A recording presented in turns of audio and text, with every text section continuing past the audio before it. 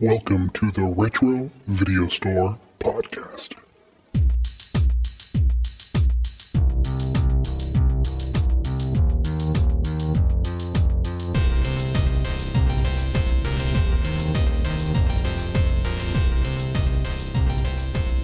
Welcome, everyone, to the Retro Video Store Podcast. I'm your host, Eric.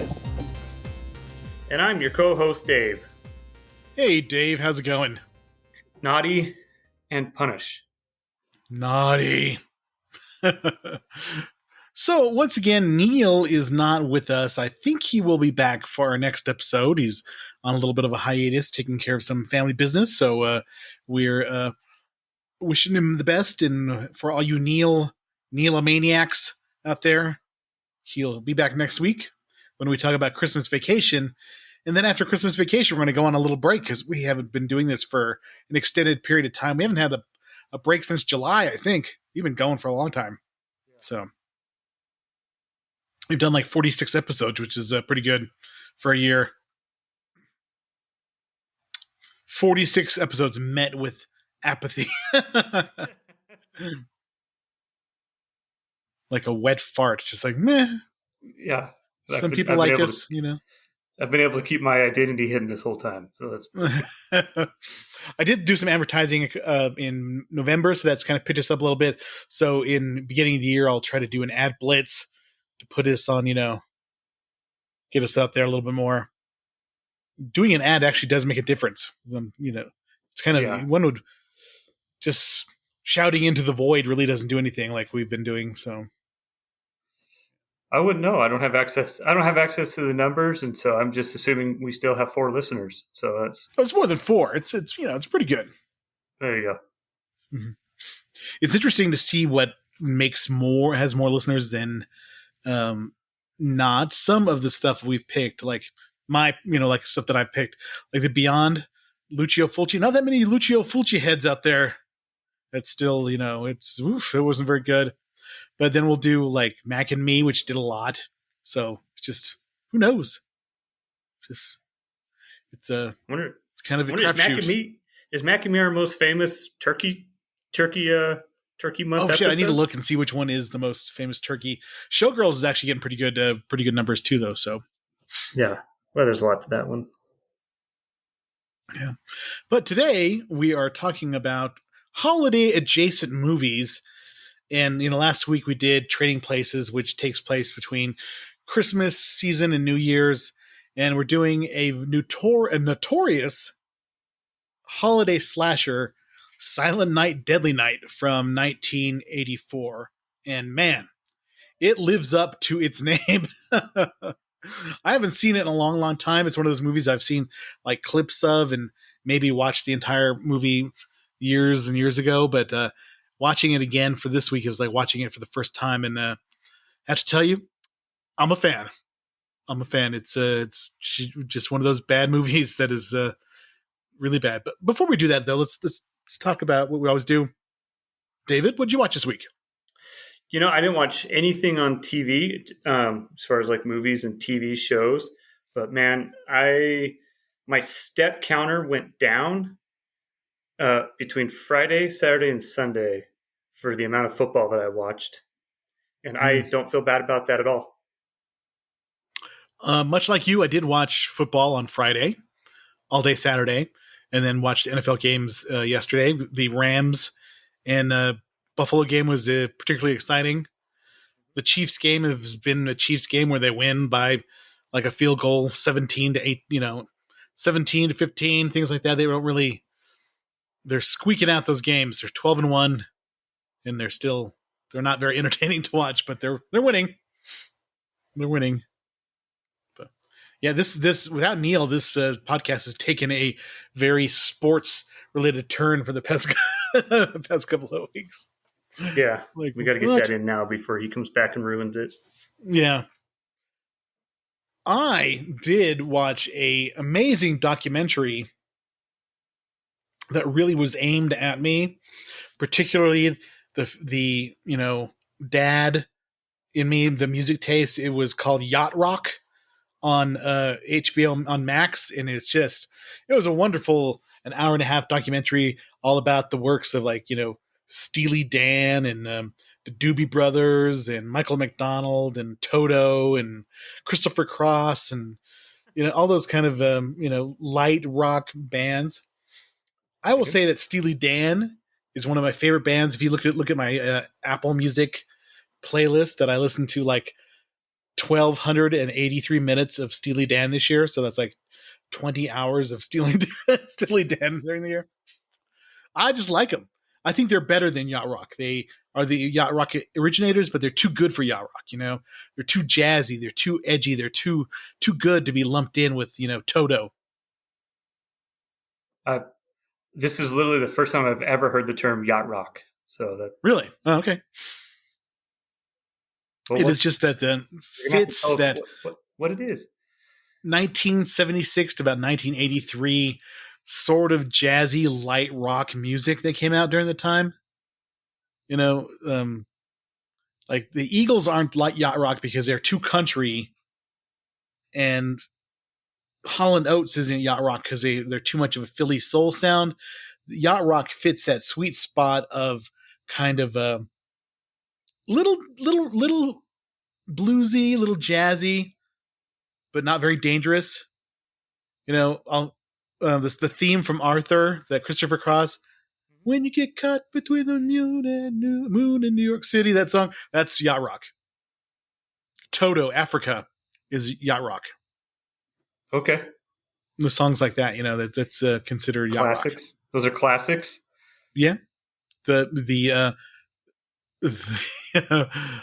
a Fool Believes by the Doobie Brothers is probably the most famous yacht rock song.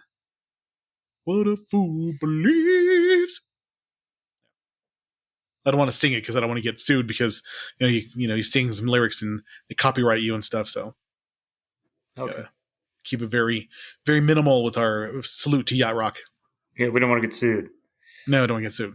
So yes, but I really enjoy that music, and I guess a lot of people are like, "Oh, it's ironic that you enjoy that music," but no, I don't really enjoy it. Ironically, I just kind of enjoy it because I grew up during that time. So I'm the prime age for yacht rock. Yeah. But we're not here to talk about yacht rock. We're here to talk about a sleazy slasher movie from the 80s.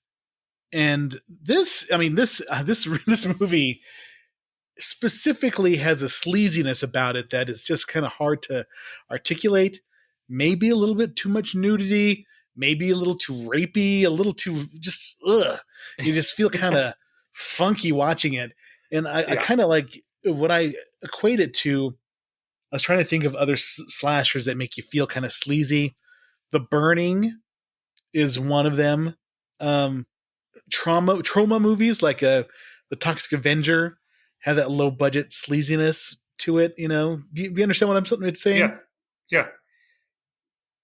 I felt like there was only one sex scene in this movie that may have been consensual. At least yes, true. 100% leaning that way. Everything else was just really awkward to watch. Yeah, you weren't really sure what was going on with this movie. And I mean, I think like Maniac is just like the sleaziest of all sleazy horror movies, with just guys, going out and killing women and scalping them and stuff like that. It's just ugh. Basket Case has that kind of sleaziness to it. Just really low budget, a little too leering, with the on the ladies and stuff. Funny enough, one of the movies that we talked about that had a lot of leering on naked women was Slumber Party Massacre, but that was directed by a woman, so it makes you wonder why. That was kind of odd. It was like Slumber Party Massacre has turned into a feminist statement. There's no statement to this movie. You're not learning anything by watching this. It's not making you feel, there's not like a subtext to this. It is just pure sleazy, uncut Bolivian 80s slasher movie. Just snort it up and enjoy. Yep, I enjoyed it. Mm-hmm. Do you want to hit us with the Internet Movie Database tagline there? Of course. Little Billy witnesses his parents getting killed by Santa after being warned by his senile grandpa that Santa punishes those who are naughty. Now, Billy is 18 and out of the orphanage, and he has just become Santa himself. That's a pretty good synopsis. Yeah, Yeah. that was not bad. Yeah, this was directed by a director named Charles E. Sellier, and his filmography is really weird. Did a lot of like really low budget, not like the life and times of Grizzly Adams for TV, and I remember that movie, that show, and he did a lot of Christian themed movies, In Search of Noah's Ark, In Search of Historic Jesus.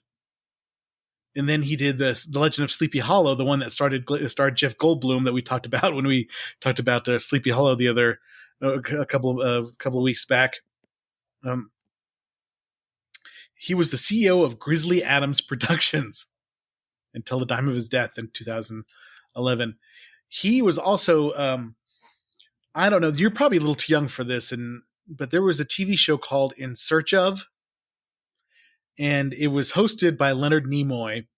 And it was one of my favorite shows as a kid, and my dad's favorite shows, my grandpa's favorite shows, because it was all about in search of Noah's Ark, in search of Dracula, in search of Bigfoot, in search of UFOs, in search of ancient aliens. So it was all about kind of supernatural, cryptozoological kind of stuff that I still enjoy now. But my dad and my grandpa, they really loved that kind of stuff about UFOs and things. So that's kind of where I got my love for that kind of stuff. And In Search of was kind of scary because they would talk about Dracula, and when you learn about Vlad the Impaler and how he he was a real person and stuff. And it was just educational enough where you kind of learned a little bit, but also scary enough that you would didn't want to watch it alone. You had to watch it with your parents or something like that, just because it was a little weird. He did one called Greatest Heroes of the Bible.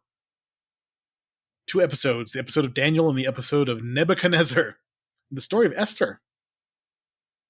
His other horror movie that he's famous for is one called The Boogans.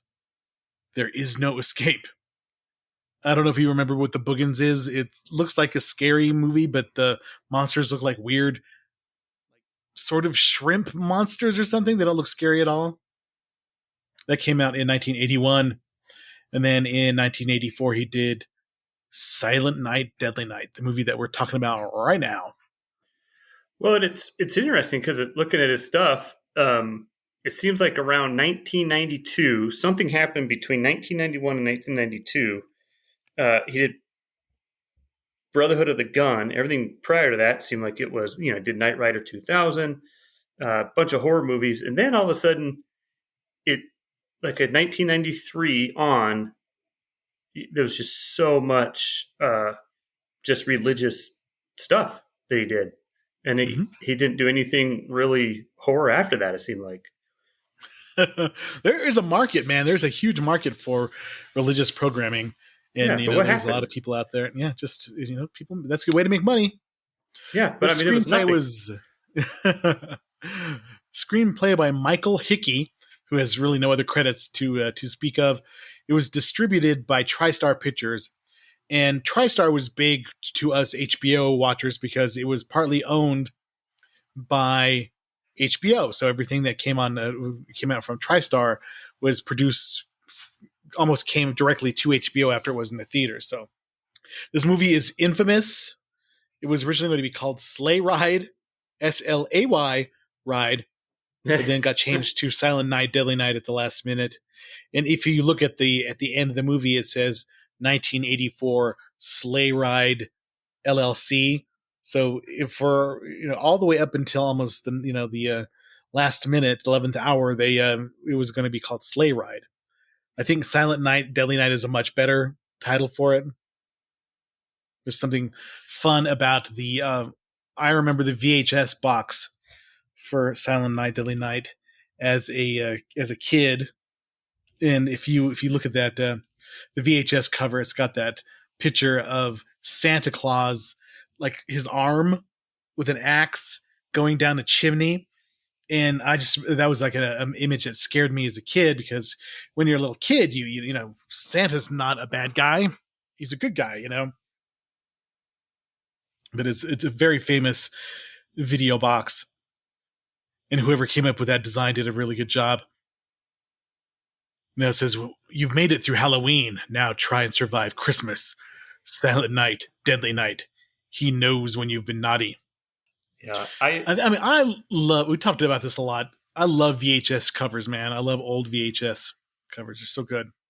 yeah. Was this I the first remember time you saw this movie? This is so. I remember the poster. I've seen it for years. I've never watched this until until I sat down and watched this one for this show. I've never watched it, which is surprising because it's up my alley. Mm-hmm. What is your first impressions of it? Well, same, really sleazy, just bad acting, over the top stuff. One thing I thought was when you mentioned Halloween was I felt like there was a pattern in the music that tried to somewhat mimic the sounds of Halloween. Not necessarily the, Mike Myers theme song, I guess, but the other sounds and music you would hear in the original Halloween. I felt like that was there, but overall, yeah, sleazy, uncomfortable, but I loved it. Yeah, I agree. It was the most famous thing about this movie was pulled from theaters after 1 week because so many parent groups protested it, and if you, I guess they ran an ad during a big TV show, and it hit a lot of people really, really, really, really bad. And then just the controversy killed it basically. And it's just it's hilarious. If you watch the Siskel and Ebert review of this movie, they hate it. I mean, they absolutely positively hate it. They said the producers have blood on their hands. They named the producer's name, and the director, and blamed them for being irresponsible and ruining Christmas and stuff like that. They did not tolerate this movie, and they were such prudes to begin with when it came to horror movies.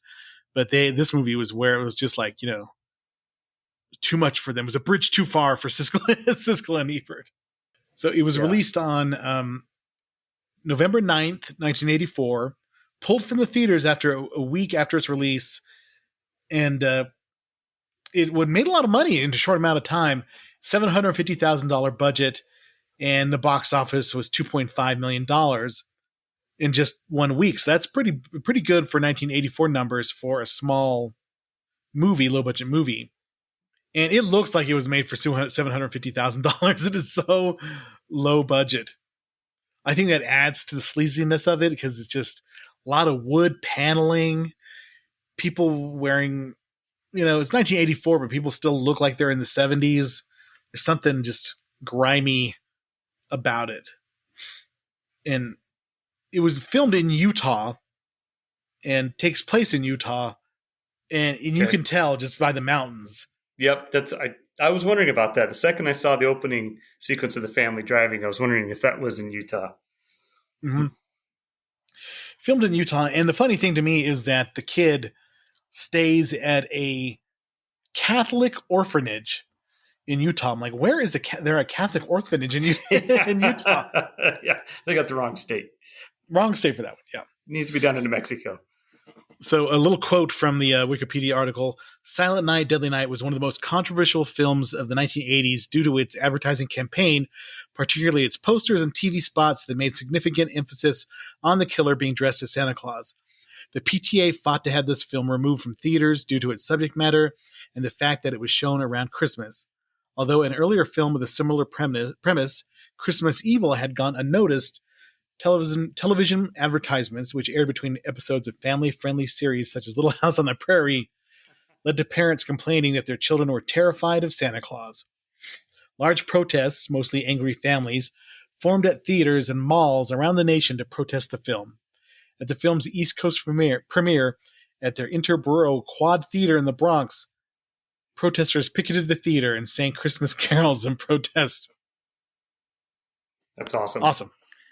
Yeah, right after Little House on the Prairie. Perfect. And we've gone on record that Little House on the Prairie has been pretty traumatic as well. There's some shit going on in Little House. Oh, yeah. So really, the only person of note in this movie that went on to do anything else is Linnea Quigley. And of course, she is famously naked in this movie. She's naked in pretty much every movie she's in. And after this, she went on to do good old Return of the Living Dead. Linnea Quigley, she's just so famous for her horror movies. Which Let's one look was at her filmography. She was in Death Sport, Summer Camp, Stone Cold Dead, Tourist Trap, Graduation Day, Don't Go in the Park. She was in Young Warriors, Savage Streets. Savage Streets is what you have to see Savage Streets. It is such a sleazy movie.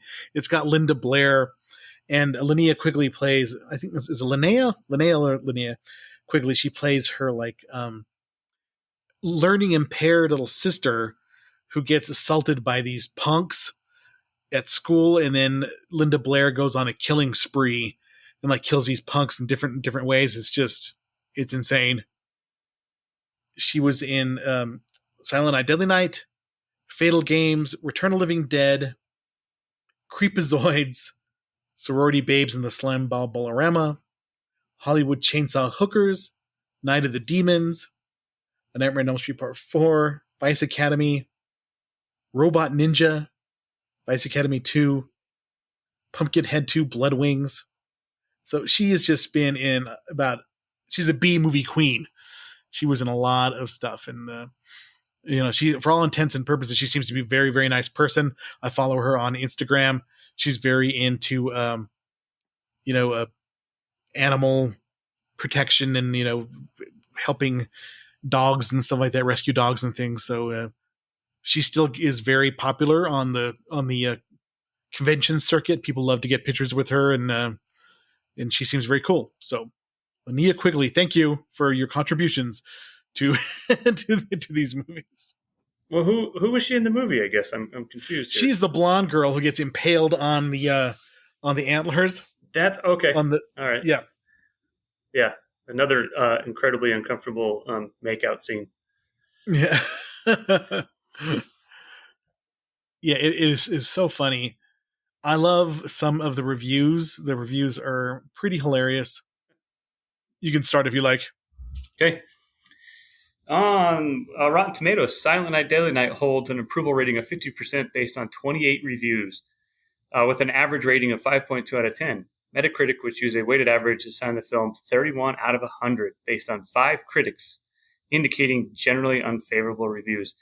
It's crazy to me that 1984 and there's only 28 reviews. Siskel and Ebert condemned the film, and Siskel went as far as to read the names of the film's production crew on air, telling them, "Shame on you." Gene Siskel also said all the money filmmakers were making off this film was blood money. A little extreme there, Gene. Yeah. Leonard Maltin also denounced the film, calling it a worthless splatter film, citing it as a bomb and asking, "What's next? The Easter Bunny's a child molester?" A Variety review argued that whatever arguments the film was making on the commercialism of Christmas were overshadowed by the graphic violence, which the reviewer saw as off-putting. Michael Wilmington wrote in the Los Angeles Times, "It's safe to predict that Silent Night, Deadly Night will start making worst movie of all time lists almost immediately." One positive notice came from Kirk Ellis of The Hollywood Reporter, who complimented director Sellers' workman-like competence and praised the cinematography of Gilmer McCormick's performance as Sister Margaret. I think the cinematography was very, very plain.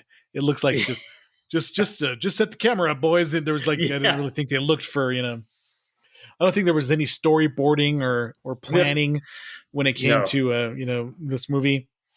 I did link to the Rotten Tomatoes reviews because some of them are pretty funny. Joe Lisbeth of Horror Queers podcast, a mean exploitation slasher with a surprising amount of nudity and a really hot Santa in Robert Brian Wilson.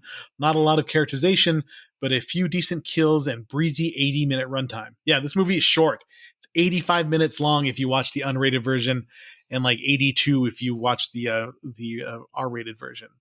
You can tell you're watching the unrated version if there are grainy shots of people getting killed, because those are the ones that had to be reinserted into the movie, and the film stock wasn't as good because they were cut out.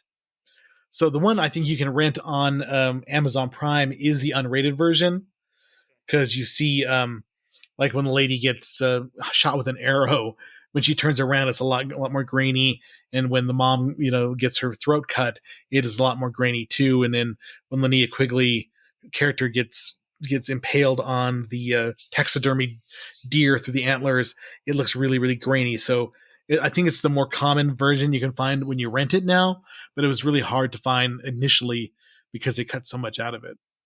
Yeah, you're talking that over the shoulder shot of when the boyfriend walks in the living room.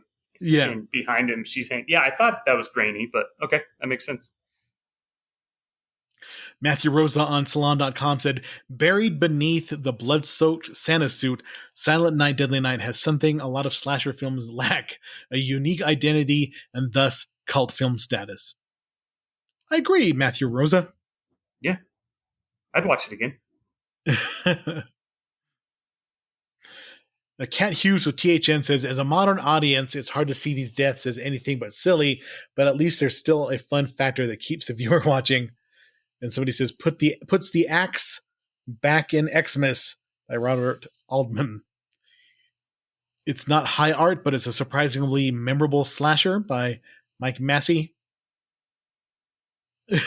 Film Frenzy says, witless even by slasher film standards. Oh, come on. Yeah. Yeah, I really... a brutal reminder that Christmas can have negative connotations for some. By John O's Nesbitt. Old school reviews. I love his picture. He looks very old school. Man, I want to be a Rotten Tomatoes verified reviewer. Doesn't seem to be that difficult. Yeah, it's super, super funny. Let's talk about the movie. It has these creepy kids singing at the beginning, which is kind of funny. You mentioned the music. I can't really imagine or think about the music, but I can remember the stupid songs, like the stupid songs that were playing on the radio in the montage at the toy store. They just seem really weird, like generic 80s kind of music.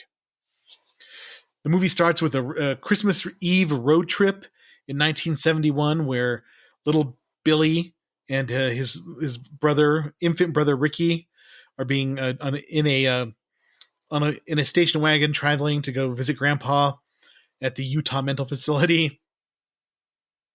What did you notice about the station wagon? No car seats. And yes, no car seats. Yeah, it honestly brought back a memory of my mom used to have a station wagon. Instead of sitting in the seat, she just put us in the backpack. Mm-hmm. And you're little enough, and maybe sit over the seat sometimes, but yeah, she'd slam on the brakes. You're just slamming around, flying around. And the oddest thing was there was a random cigarette lighter in the very back, and I remember pushing it in, pulling it out. It was hot, and I turned around and pushed it against my brother's arm. And, shit! That caused. Yeah, I didn't know what it was. I didn't know what it was, and so it definitely made me remember growing up in the 80s. I think every kid who lived through the 80s has a cigarette lighter burn story. I remember I did that to myself one time because I remember that my parents would use it to light cigarettes, but I guess I didn't realize that it was hot. So I pushed it in. I think my parents went into the store and, of course, leave you in the car. And as it popped out, I just literally touched it with my left, index finger, just like a freaking moron, and touched it and burnt the shit out of my finger. I was like, ugh! And I didn't want to tell my family that my mom, hey, I was so stupid that I burnt myself on the cigarette lighter, and now you can't trust me to be in the car ever again by myself. So I just kind of suffered through it. I went home and put a Band-Aid on it, put some, Neosporin or something on it, and then just let it. And I think she asked, "What happened to you?" And I said, "Oh, I scratched my finger." She believed me, but she never realized that I had acted like a freaking moron and burnt myself with a cigarette lighter in the car. Yeah, those are the days. Just Yeah. parents toss you in the back and just recklessly driving, and you're just flying around, bouncing off the windows and seats. Yeah, not a Yeah, car seat to be found. I remember back in the day, my parents had a Volkswagen van, and they basically just put me in a cardboard box and put me on the floorboard. That was, no car seats, so we could have thrown through the windshield at any time. So the family goes to the Utah mental facility, and they visit the the crazy grandfather, who's like in a catatonic state until they leave Billy alone with Grandpa, and then he scares the shit out of him, saying, "Christmas Eve is the scariest night of the year." It's so funny. It's so unintentionally funny, but also a little scary at the same time. The way that Grandpa just snaps out of his catatonic state and just starts talking to the little guy and tell him that if he's naughty, if he sees Santa Claus, you better run. You better run, boy. Run for your life. yeah. And then what the kid does is at the end, he like, they come in, they say goodbye. He goes back to acting catatonic or whatever, and the family says goodbye. And as the kid's running off, he says, "Bye, I'll visit you more often." Really? You want to see Grandpa that way? Scare the shit out of you? Dude, I was dying at that. It's so funny. The guy who did the old man did a really good job, and it is kind of scary on an elemental level. Like if you were left alone with somebody by yourself and they started acting really weird, all of a sudden, you as a kid, how would you react? And if you told your parents, would they believe you? Or it's kind of a base fear as a kid, to be left alone with somebody who's freaking nuts. So then when you see a guy in a Santa outfit rob a convenience store, and he like shoots the clerk 3 times, once through the head. Yeah, the headshot was Done, amazing. I know it looks like just a little tiny, like a eraser point piece of, spot of blood on his head. And then this same Santa is broken down on the side of the road while Billy and his family are driving. And then he's telling Dad, don't stop for him. Don't stop for him, And then, of course, Santa flips out and stabs the dad and kills the mom. Has to rip her shirt off first and, show us some boobs in the sleaziest way possible. And then, he's yelling out for Billy, "You can't run from it, or you can't hide," or whatever. And poor little Billy's, I felt sorry. I felt like the little kid was actually a pretty good actor because I felt a little sorry for him. He did a good job of looking scared. I felt a little bad for Billy, a little bad. Yeah, the worst part though is when he runs out of the car. Just the way he runs it, like how does the killer miss him running across the street like that? Just kind of slow and awkward. The little hands flailing and stuff. Yeah. Not a great run by little Billy. No. Then you flash forward 3 years to an orphanage in 1974, the lone Catholic orphanage in all of Utah. Yeah. And there's the good nun, and then there's the evil Mother Superior nun who, decides that she's going to not spare the rod to spoil the child. She's going to beat the crap out of every little kid and make them face their fears. And little traumatized Billy shows up, and he is scared of Santa Claus naturally because what he saw. And then the Mother Superior is like, "Well, we're going to make him sit on Santa's lap and get the fear out of him." But before this happens, he happens to see 2 teenagers, I'd imagine teenagers, or 2 people having sex in a room. And, let's make a serial killer by, of course, teaching him sex is awful, beating him for having spied on it, and then he gets the flashbacks of his parents getting killed by Santa Claus. So that's just like serial killer starter kit right there. Yeah, it's not good. Right after that, right, he runs up. That's the freeze frame. Yeah, he runs upstairs, hides in the corner, and then he looks at the camera, wide-eyed freeze frame. Well, that's after he punches the shit out of Santa Claus. Yeah. Where the Mother Superior makes him sit on Santa Claus's lap, and Billy freaks out and just gives Santa an old haymaker and punches him out like a grown man. A grown man. And then he's hiding in his room. He's, oh, don't punish me, don't punish me. And then you see the door open and freeze frame on Billy's little scared face. And then you go, hey, it's 1984 now. Yeah. And 1980s now. Was it the nice nun was trying to get him a job at a toy store? Yeah, the nice nun was doing her best to kind of like help him get a job at the toy store, and the toy store owner, who's pretty funny in this movie, he's like, I don't want to hire a kid. Then you see Billy, who looks like a goddamn linebacker now. He's like he's huge, he's all jacked. It's like, how does Billy get so jacked? I said 18-year-old Billy is a unit. And they hire Billy, and everything is going great. And they have this really weird work montage song. It's like a weird, vaguely soul sounding song. It lasts for like 4 minutes, and they just show everybody at the toy store, really, really happy. How many employees does this toy store have? For, like maybe think 1 or 2, but there's like all these registers and a full-time Santa Claus and stock people and everything. Yeah, but at the Christmas party, there's 5 people. That was a rager Christmas party. Yeah. So Billy has a work crush, and I think her name is Pamela, and she's like a cute brunette who shows him a little kindness, smiles at him, is kind of sweet. And then Billy has this dream sequence of him and Pamela having an intimate moment, and adult Billy has the hairiest legs and ass I've ever seen in my entire life. This is the scene, the slow pan over, and I think it tricks you because you see her leg first, right? Camera pans up and you see his ass crack. Like, what the fuck? Yeah, I mean, it is like serious Wookiee level hairiness on his legs and ass. You're like, oh my god, yeah, it's really, really bad.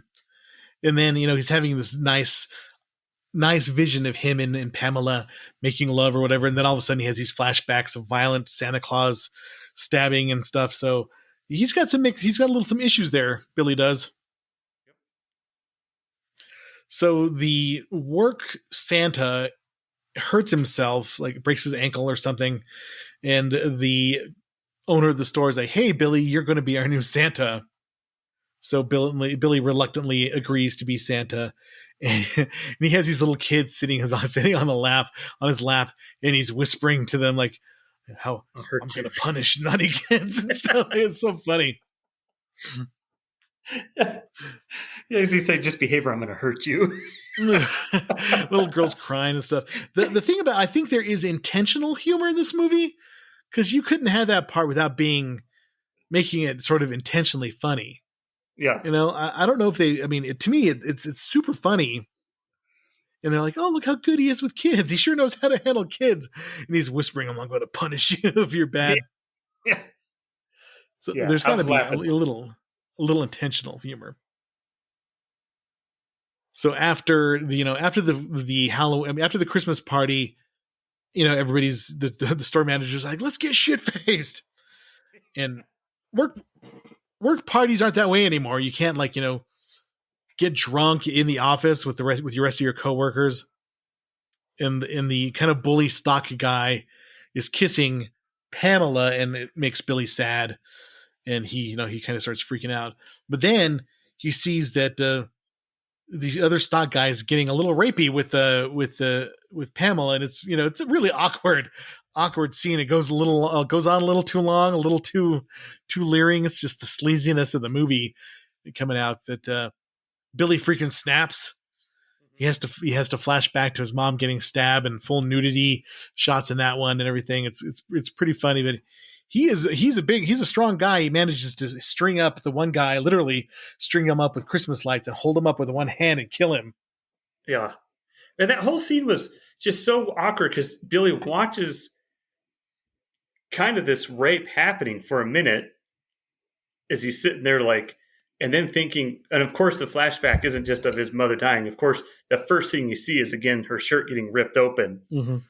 Yeah. So you see mom's boobs, then she gets her throat slit. So you're just like, what the hell? And then just how quickly his face changes, and he goes into naughty punish Santa. Yeah, now he punished Santa. And he kills his buddy, or not his buddy, the fellow stock guy, and then he stabs poor Pamela because she flips out on him, telling him, she's not happy that he saved her. She's freaked out because he killed that guy, and then he punishes her by cutting her with a box cutter, pretty graphically. So he's got two people dead, like really, really quick. Then he kills his boss. Oh, let's go back a little bit, where it's at the Christmas party, and the boss is like, "What are you thinking about, Billy?" He's like, "Oh, I'm thinking about my parents."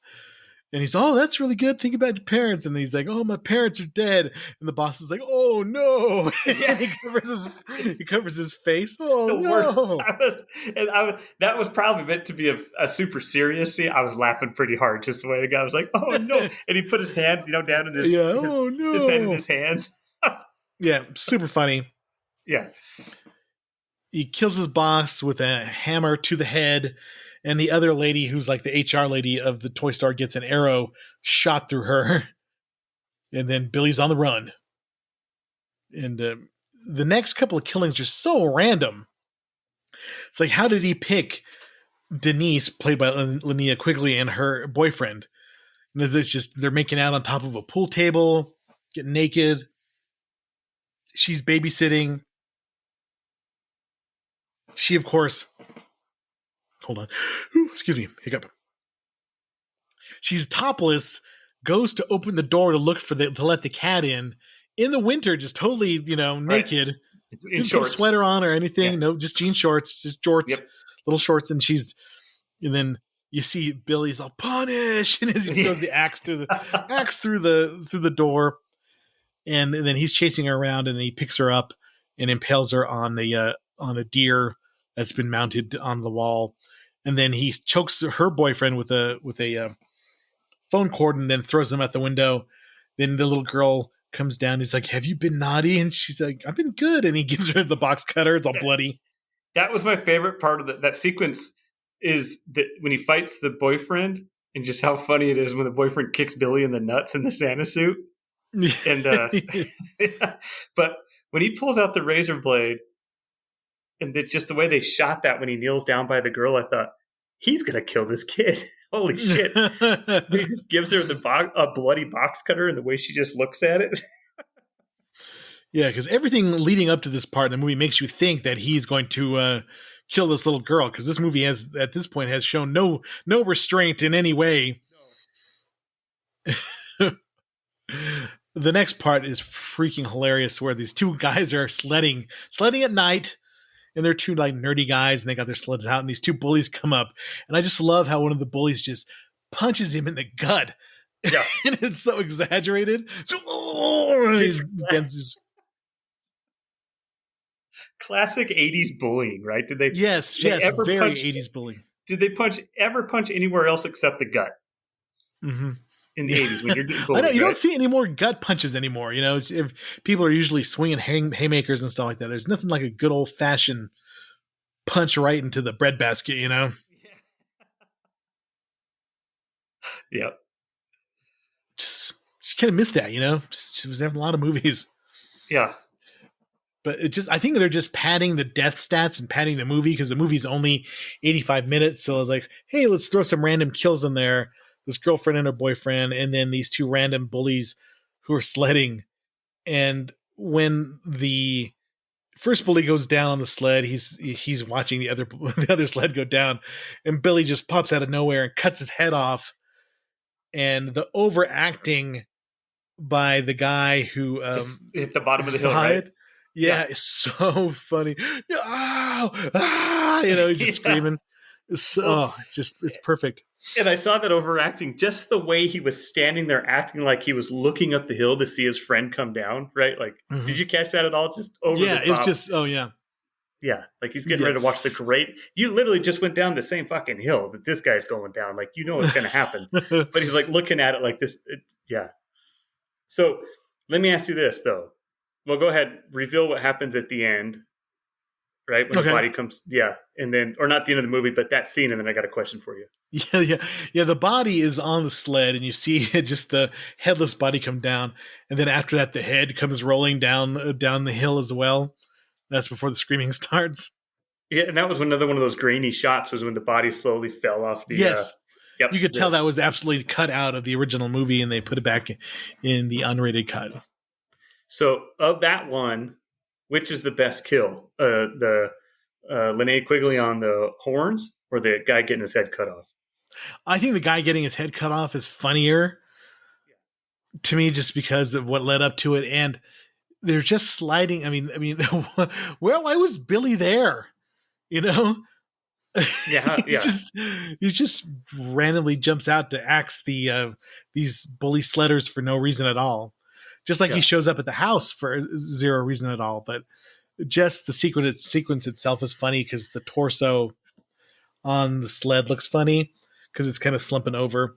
Remember the jean jacket with a lining? Yeah. It had like the kind of, sheep kind of lining inside of it. The faux sheep fur, yeah. Yeah, sheepskin lining. Those were very popular. I just had a regular jean jacket, but I never got the one with the lining. It wasn't metal enough. The regular jean jacket was more metal than the one with the lining in it. But yeah, super hilarious. And I love it because it just doesn't add anything to the movie at all. It's just padding the stats with the kills. And one thing I think that I like about the movie that is unique is that it is almost like two movies, because the first 20 minutes is just how did Billy get there? It's how the trauma that he witnessed, with his parents dying and his crazy grandpa and being in the orphanage and stuff. It just kind of shows you the making of just this nut job. Yeah, psychological film there. Trauma. I kind of like that because it's told from basically the killer's perspective. There's not really any hero, or there's not really a love interest that they don't grow or anything like that. It's just you're watching Billy go on this rampage and kill people left and right. So there's not really anybody to like root for, unless you're rooting for Billy. Another insanely unintentional funny part is that this deputy shows up at the orphanage because they think Billy is going to be on his way, and they see this random guy dressed up in a Santa Claus outfit, and they think it's Billy, and the deputy just plugs him in the back, just 6 times center mass in front of all the kids who are playing outside. So now they're traumatized, and it turns out like it's the priest who's deaf who's dressing up as Santa Claus. So they just unnecessarily kill him, just being paranoid. Just plug this Santa full of lead in front of the kids. It is fucking hilarious. The way that it's shot is hilarious. The way, I don't know if they meant it to be hilarious, but it is unintentionally or just funny no matter what. So they know that Billy's on his way to the orphanage, and the deputy that just plugged the fake Santa is looking for him. And I don't know if it was like the work shed or a bomb shelter or some underground tunnels to get to the main orphanage. Like, where the hell is this? But the deputy's running around looking for it, and then he gets axed in the chest by Billy. And for good measure, Billy acts as a snowman as he's walking up to the to the orphanage. Yeah, but did you find it funny that the guy shot the priest, and then pretty much just, yeah, my bad, and my bad, sorry, and the main nun Mother lady, Superior Superior is like, all right, well, let's just go ahead and sing some Christmas carols. Then he just walks outside. And there's this dead I think they're trying to keep the kids distracted. Yeah, no, but yeah, the one cop's like, my bad, and then he just walks outside. That whole sequence there, yeah, really kind of, I don't know, didn't make sense to me. Well, it felt like they kind of rushed because Billy finally shows up, and some little goofy kid lets him in the orphanage, and then he's coming at the Mother Superior with an axe, And then he gets shot in the back by the police captain, and the fucking movie's over. Just kind of disappointing. I would have loved to seen him at least injure the Mother Superior just to get some sort of measure of revenge for how shitty she treated him. It's kind of weird that she didn't get any sort of any sort of a prize for being a terrible person and punishing this kid and basically turning him into a killer. So I felt like kind of disappointed in that. Yeah, I really wanted him to hit her. Or at least like if he could have gotten shot and then the weight of him falling, the axe still, she's in the wheelchair. And maybe it hits her in the leg. She doesn't feel it, Yeah, totally. Something. Yeah, and then Billy's dying words is like, "You're all safe. Santa Claus is gone," and like, Ugh. And then his little brother Ricky, who is at the orphanage, he shows his little scally face and he's like, "Naughty," and then ends the movie. And did Ricky just stop aging? Because what happened? Like he was 5. The brother was 5. Billy was 5. Ricky was like, I don't know, like 2 or 3 when they're at the orphanage, and then all of a sudden he's 18. So that would make him, if Billy's 18 going on this killing spree, then Ricky would have to be about 15. Yeah. But when you go back to the orphanage, all of a sudden he's 6. Like that. Yeah, he's got to be like at least 12 or 13 years old based on, what's going on, because little boy Billy at the beginning is, got to be 4 or 5. He's still little, probably preschool age or, maybe 5 at the most. And then, the little Ricky should be way older at the end, given his little scally performance. Have you seen any of the sequels? No, but it makes me want to. I hear Silent Night, Deadly Night 2 is pretty good. It's the one with that famous clip, garbage day. Yes, Ricky, killing people. Yeah. And I hear that part 5 is really, really nuts.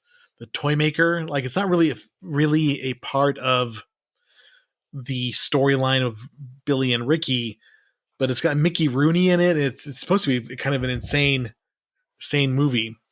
But they just put the Silent Night, Deadly Night on the title for it, but it's supposed to be really weird. So yeah, I think this movie is fun. It depends a lot on your tolerance for 80s horror movies. And if you're willing to sit through something that's pretty sleazy and you're not going to learn anything from it, you're not going to grow in any way. There's no, you're not going to be a better person after watching this movie. It's just an exercise in slasher movies.